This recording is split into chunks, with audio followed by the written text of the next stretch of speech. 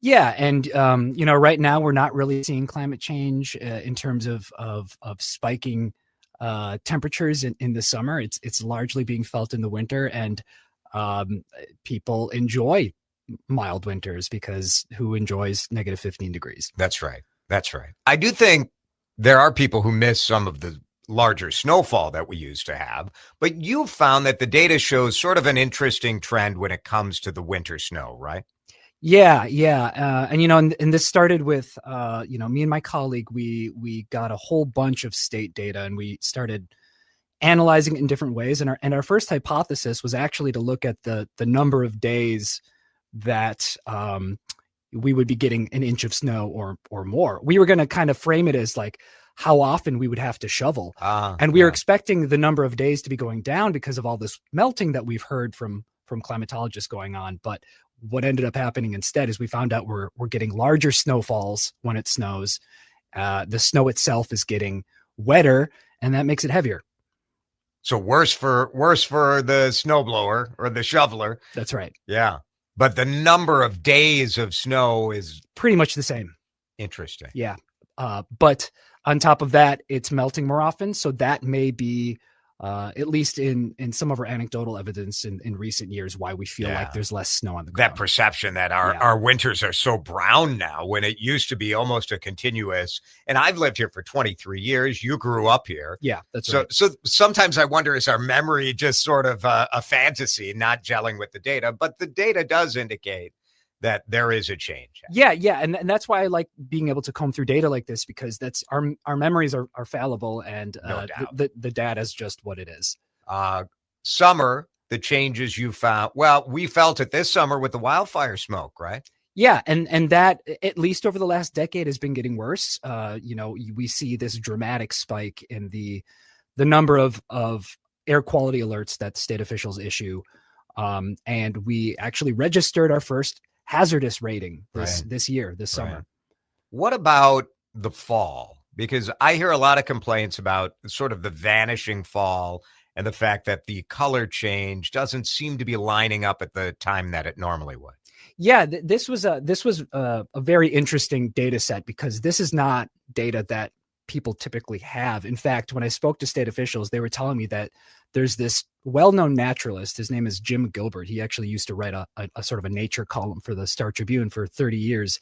And he was just collecting all sorts of data. And he basically just registered when the leaves started changing color in fall in Carver County. And he's been doing that since 1969. And so we have this treasure trove of data of when the leaves start changing color. And you see this shift from late September into late October. It's pretty wild. That's significant. It is significant. Yeah. Kristoffer Tigue is with us. Minnesota Star Tribune, the story, 6 different ways that Minnesota is experiencing some of the impacts of a changing climate.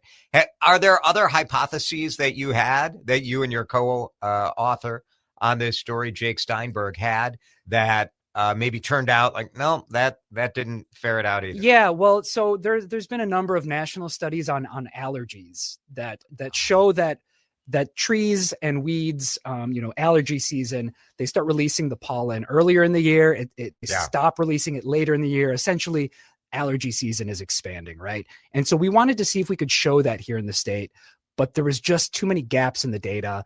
We weren't getting correct results, and that's just how science works, so we didn't present it. I believe that people's belly aching about allergies has increased by about 7,000% over the last couple of years. That sounds accurate. This is from a guy with no allergies, but the allergy people, like the volume of complaints has definitely escalated. I have it. We feel seen, and there's the mob think is real. So I'm glad you're seen. I'm glad.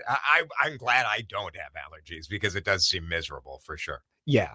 It's been pretty bad. The last point that you bring up is that Minnesota is missing targets when it comes to climate goals. A lot of these goals were sort of big swings, so I guess I'm not surprised that the state is missing targets, but that is a reality. That's right. And, we should take this with a grain of salt, because basically everyone's missing their targets. This is kind of an international story. And but Minnesota has some really ambitious goals. We are making progress. It's just not going quickly enough. Yeah.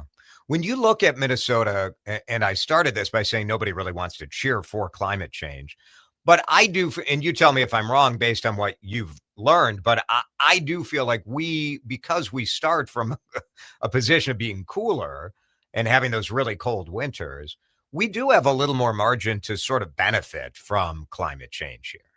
I mean, not a net sure, benefit, but sure. you know, like the better or the worse. I think it depends on how we want to define benefit. I mean, that really is, Fair. it's the story here, because if we want to kind of cherish the traditions that we had growing up, we're going to have a little bit of a harder time doing that when there's not good ice on the lakes and there's not enough snow on the ground.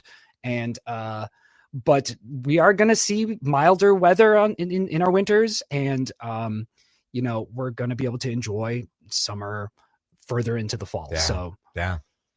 Really interesting stuff. Great work, great data analysis. I always love hearing, especially that some of the initial ideas didn't pan out. Like, people need to know that is sort of what journalism is. That's what science is for sure, but journalists do that too. So Kristoffer Tigue, we really appreciate it.